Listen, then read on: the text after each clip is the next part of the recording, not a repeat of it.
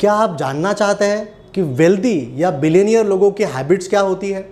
वो ऐसा कौन सा स्केड्यूल बनाते हैं या कौन सी एक्टिविटीज़ करते हैं जिसके वजह से वो इतना सक्सेसफुल बनते हैं? आज मैं आपको ये सारी चीज़ें डिस्क्राइब करूंगा इस वीडियो में, जिसका नाम है habits of billionaires. Yes, this is Bharat Vishay, entrepreneur, business coach, and my life purpose is to create value in entrepreneur's life. Habit number 1, they wake up early. अगर आप मुझसे पूछे कि ये बिलियनियर लोगों की सबसे कॉमन हैबिट कौन सी है, तो मैं आपको ये हैबिट बताऊंगा कि वो सुबह बहुत जल्दी उठते हैं। अगर एक कॉमन टाइमिंग आप बताएंगे तो 5:30 बजे का टाइमिंग इनका सुबह जल्दी उठने का होता है। अब ये इतना जल्दी उठते क्यों है? उसका सबसे पहला रीज़न कि उनको सुबह बहुत हम लोग एनर्जेटिक फील करते हैं, और दूसरा रीज़न कि हम लोग प्रोडक्टिव भी होते हैं। जब पूरी दुनिया सो रही होती है तभी ये बिलियनियर लोग सबसे पहले काम पे लग जाते हैं। अगर मैं आपको बताना चाहूँगा उनके स्केड्यूल के बारे में, तो उनका जो इम्पॉर्टेंट मीटिंग्स है या जो भी इम्पॉर्टेंट काम है वो फर्स्ट हाफ में ही वो कंप्लीट कर लेते हैं, और यही सबसे बड़ी प्रोडक्टिविटी का उदाहरण मैं आपको देना चाहूँगा। अर्ली मॉर्निंग उठने का एक सबसे बढ़िया फ़ायदा यह है कि सुबह में आपको, अगर आपके घर में छोटे बच्चे हैं तो डिस्टर्ब नहीं करते हैं। दूसरा कारण यह है कि सोशल मीडिया आज का सबसे बड़ा अगर कोई ऑब्स्टैकल है तो वो सोशल मीडिया है, और सोशल मीडिया पे हम लोग एंगेज नहीं होते हैं एटलीस्ट सुबह के टाइम पे। तो मैं यही चीज़ कहना चाहूँगा कि अगर हम सभी एंटरप्रेन्योर्स को कोई एक चीज़ को फॉलो करना है, कोई एक हैबिट को फॉलो करना है, तो वो है wake up early and be productive. Habit number 2, they are action takers. Yes, जितने भी बिलियनियर्स को आप देखोगे वो काफ़ी ज़्यादा एक्शन ओरिएंटेड काम करते हैं। कुछ नाम अगर हम लोग गिने चुने ले लें तो Bill Gates, Elon Musk, Jack Ma, Ratan Tata, Mukesh Ambani, ये सारे नाम इसके लिए एकदम परफेक्ट हैं। ये लोग बहुत ज़्यादा सक्सेसफुल है। उसका सबसे बड़ा रीज़न यही है कि वो लोग एक्शन ओरिएंटेड काम करते हैं। बिलियनियर लोगों का सक्सेस का एक मंत्र जो मैं आपको शेयर करना चाहूँगा, dream big, start small and small action. Every day जो उनके गोल्स है, जो उनके विजन है, जो भी उनका पर्पस है, उसके पीछे वो डेली वो गोल्स को डिवाइड करते हैं और छोटे छोटे गोल्स को अचीव करने में एफर्ट्स लगाते हैं, और यही इनके सक्सेस का मंत्र है। और मैं यहाँ पर एक ही चीज़ कहना चाहूँगा कि अगर हमें सक्सेसफुल होना है, अगर हमें वेल्दी होना है, अगर हमें बिलियनियर होना है, तो हम लोग को भी ये सारी चीज़ों को फॉलो करना पड़ेगा दोस्तों। एक्शन टेकिंग बिलियनियर्स के बारे में बात करें तो एक एग्जाम्पल मैं आपसे शेयर करना चाहूँगा, और वो इंडियन एग्जाम्पल है। बड़ा गर्व होता है जब भी ऐसे एंटरप्रेन्योर्स के बारे में बात करते हैं, जब भी ऐसे बिलियनियर्स के बारे में बात करते हैं। नाम है करसन भाई पटेल। जी हाँ, करसन भाई पटेल, जो निरमा का नाम आपने सुना होगा। निरमा ये प्रोडक्ट ऐसा था कि किसी को एक समय पे पता नहीं था, लेकिन dream big, start small and small action, ये बेसिस पे इन्होंने काम किया, और हर घर में खुद जाके ये डिटर्जेंट पाउडर बेचा। मेरे ख्याल से जो लोग 90s में पले बड़े हैं उनको ये निरमा का जो प्रोडक्ट है ये बखूबी याद होगा। मेरे ख्याल से उनका जो अगर आप लाइन देखेंगे तो वॉशिंग पाउडर, निरमा, ये सबको याद होगा, आज भी याद होगा। और मैं आपसे यही कहना चाहूँगा कि करसन भाई पटेल ने ये ड्रीम बिग, बहुत बड़ा सपना देखा था कि ये ब्रांड को बड़ा बनाएंगे। स्टार्ट स्मॉल, छोटा छोटा स्टार्ट किया, घर में जाके ये डिटर्जेंट बेचा। एक समय ऐसा था कि डिटर्जेंट पाउडर बहुत महंगा बिकता था। वो समय पे सबसे छोटे अमाउंट में इन्होंने ये बेचना चालू कर दिया, और एक दिन पूरा भारत भर में ये नाम पहुंच गया। तो ये इसका सिंपल एग्जांपल है कि फोकस कितना इंपॉर्टेंट है, और ये बिलियनियर लोग किस तरह से फोकस ओरिएंटेड काम करते हैं। हमारे जैसे एंटरप्रेन्योर को इनसे यही बड़ी सीखने लायक बात है कि हमें हर चीज़ पे फोकस होना चाहिए, और जो डिस्ट्रैक्शंस आते हैं रूटीन लाइफ में, जो डिस्ट्रैक्शंस आते हैं उन्हें हमें बाजू करके हमारा जो फोकस एरिया है, हमारा जो टारगेट एरिया है, उसी पे ज़्यादा ध्यान देना चाहिए। Habit number 3, focus oriented. Billionaire लोगों की अगर सबसे बड़ी कोई खासियत है तो वो है कि वो हर चीज़ में बहुत फोकस होते हैं, और उनका फोकस का एक मंत्र है, focus thinking, focus mindset, focus goals and focus conversation.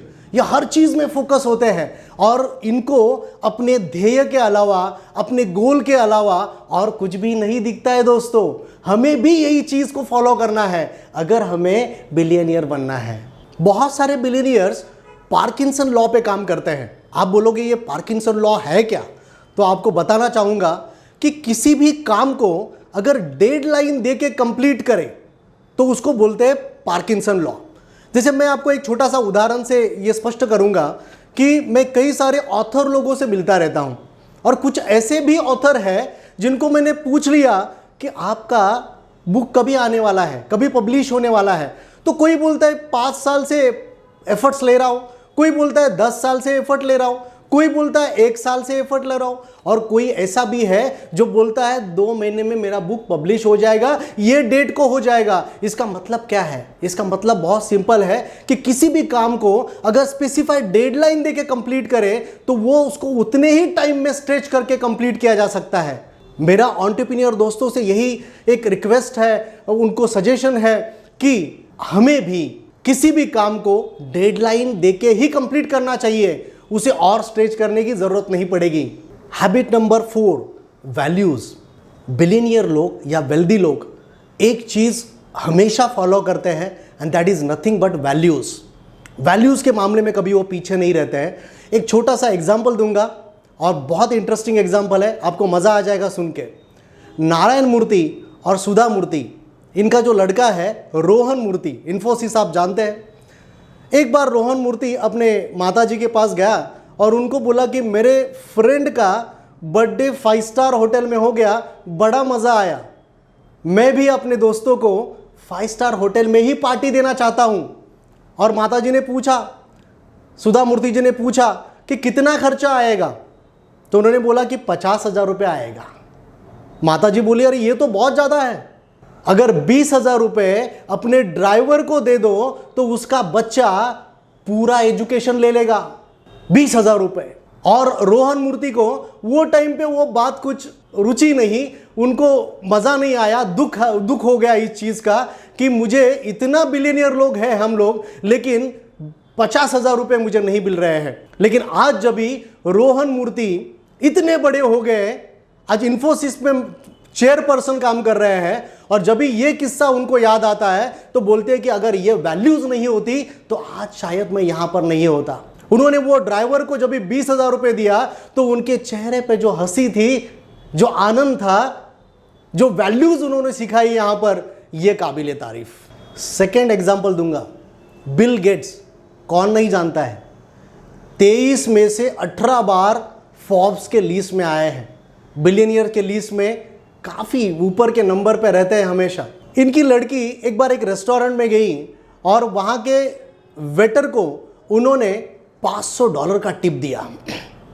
Waiter तो बड़ा खुश हो गया। एक दिन उसी रेस्टोरेंट में बिल गेट्स भी गए और बिल गेट्स ने $5 का टिप दे दिया। ये तो वो वेटर को कुछ खली नहीं ये बात, और उन्होंने पूछ लिया कि सर आपके लड़की ने मुझे $500 का टिप दिया था और आप तो इतने बड़े बिलियनियर हैं, आपने $5 क्यों दिए सर? तो उन्होंने बोला कि मेरी लड़की तो बिलियनियर की बेटी है, फोर्ब्स के लिस्ट में आने वाले की बेटी है, लेकिन मैं एक साधारण शिक्षक का लड़का हूं। तो ये क्या है? इसको बोलते हैं वैल्यूज। ये लोग वैल्यूज कभी भूलते नहीं है और इसी कारणवश वो जिंदगी में बहुत सक्सेसफुल है। एंटरप्रेन्योर दोस्तों, आपको, मुझे, सबको ये वैल्यूज को हमेशा साथ लेके चलना चाहिए और इसी कारण हम लोग जिंदगी में बहुत आगे बढ़ेंगे।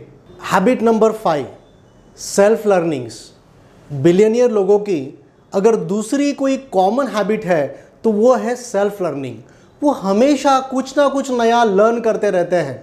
एलॉन मस्क का एक बहुत बढ़िया कोट मुझे अभी याद आ रहा है, investment in learning page the best interest. आपको इससे बढ़िया इंटरेस्ट और कोई भी नहीं दे सकता है। अगर लर्निंग्स के बारे में बात करें तो बिल गेट्स साल में 50 बुक पढ़ लेते हैं। मार्क जुकरबर्ग हफ्ते में 1 बुक पढ़ लेते हैं, और उससे अगर आगे जाए तो जैक मा एक दिन में 1 बुक पढ़ लेते हैं। तो आप सोचो कि हमें कौन सी हैबिट को डेवलप करना चाहिए, and that is nothing but the reading. हमें हर एक एंटरप्रेन्योर को अपने इंडस्ट्री के बारे में, रीडिंग अलग अलग तरह के हो सकते हैं, मैगजीन्स है या वेबिनार्स है, सेमिनार्स है, अलग अलग एंटरप्रेन्योर्स के ऑटोबायोग्राफीज है। ये सारी चीज़ें पढ़ के हम लोग खुद को अपडेट और अपग्रेड कर सकते हैं और इससे बेहतरीन ऑप्शन हमारे पास और कोई नहीं है। आई होप कि ये बिलियनियर की हैबिट्स आपको अच्छे लगेंगी और डेफिनेटली उसको आप फॉलो करोगे। जाते जाते मैं आपको एक ही चीज़ कहूँगा कि अगर आप पहली बार ये चैनल पे आए हो तो ये चैनल को सब्सक्राइब करना ना भूलें, बेल आइकन पे प्रेस करें ताकि आने वाले वीडियोस आपको मिलते रहें और ज़्यादा से ज़्यादा इसको लाइक करें, शेयर करें ताकि ज़्यादा से ज़्यादा एंटरप्रेन्योर्स तक ये पहुँचता रहे। Thank you very much and all the best for your future Endeavour.